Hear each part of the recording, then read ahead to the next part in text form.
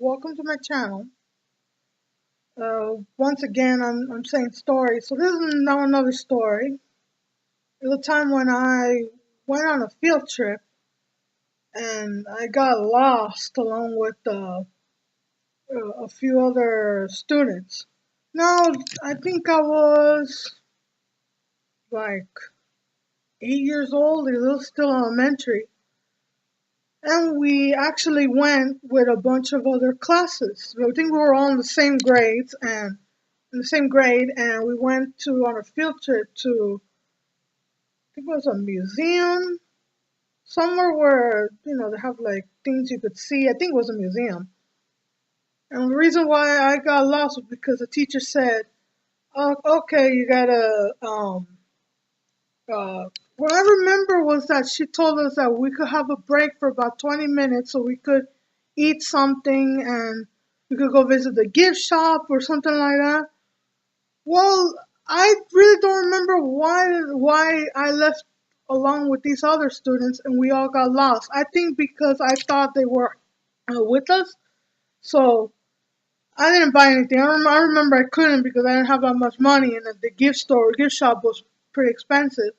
So I think I was just like staring around. I think I walked around the store for like 3, 4 times and still couldn't decide. Everything just, well, I can afford it. So I saw some kids gotta go outside the store and they start walking an area like behind. I think this was an observatory actually, but it was like a science museum. Now I remember, but I don't remember which one. Oops. Well, the thing is that I followed them and we went through like this trail, and we ended up walking up. And things I was talking to them, going, "So what class or school are you from?" We're going, "Oh, they said they were from the same school but different teachers." We found honestly a few raccoons, and they. I was honestly, I don't know if because I mean I'm not saying that girls are not like tough or whatever, but I was with three other boys and they wanted to mess around with this raccoon. So I was honestly being going like, don't touch it, if it might hurt you, you might get rabies. Don't touch it. I was being all very nervous and scared because it wasn't a big raccoon, but you got to be careful. So they were messing around with the poor animal by throwing it rocks or sticks, whatever they could find on the floor. And the raccoon just sitting, not sitting, but he was like standing, eating something with both hands of it. But I don't know what he was eating, but things I remember hearing, let's grab him, let's see if we could like get his tail stuck on a rock. That's all I remember. They grabbed a big rock, threw it, they scared the poor raccoon away, and then we heard. I found it funny because I did react like all frightened by then and scream. We heard some sort of dog. I don't think it was a wolf, but it must have been a dog because we were in a park, in a public park. Probably somebody was taking a dog for a walk or who knows, and we heard howling from a far distance, from like a different angle. So I tripped. I didn't fall, but I was gonna like fall back, honestly, like a little hill because we were up behind this museum.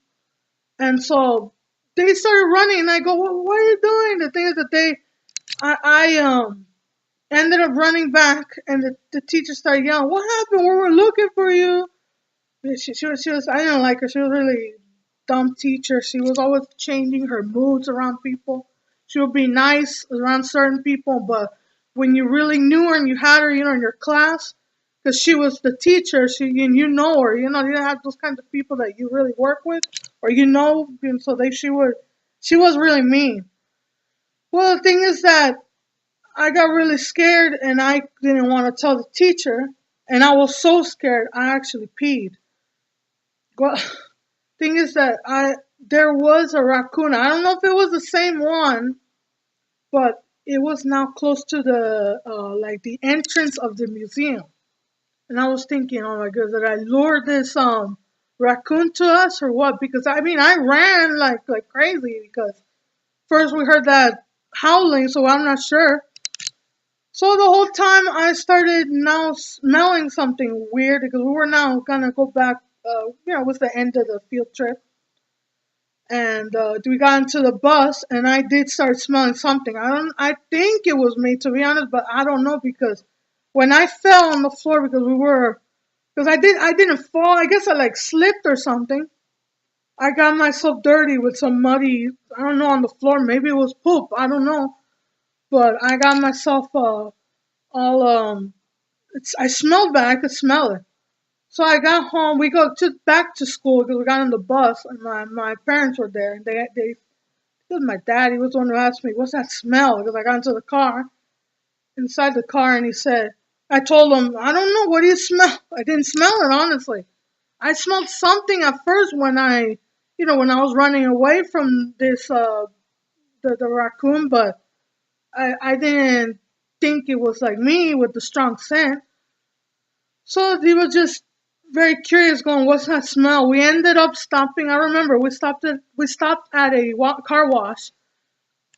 He couldn't find the smell that was in the car, but then outside, I remember my brother. He was little. He was going, "No, I think I think it was like already a year old or so." And the thing is, like, he was going, "What? I smell it too. What's that smell?" Then my dad thought it was like from the car, and he realized it wasn't. I honestly didn't tell him. I thought that I guess ended up saying that, I farted or something. But I guess I didn't want to tell him because, um, I was just kind of scared, I guess, to tell my dad that, oh man, because it was dusty when I like, dusted off the back of me, but probably it got stained, and I found out it did, and it was dry already on my pants. Well, that's all I remember. That eventually the funny thing is I didn't get anything on the chair, in the car seat.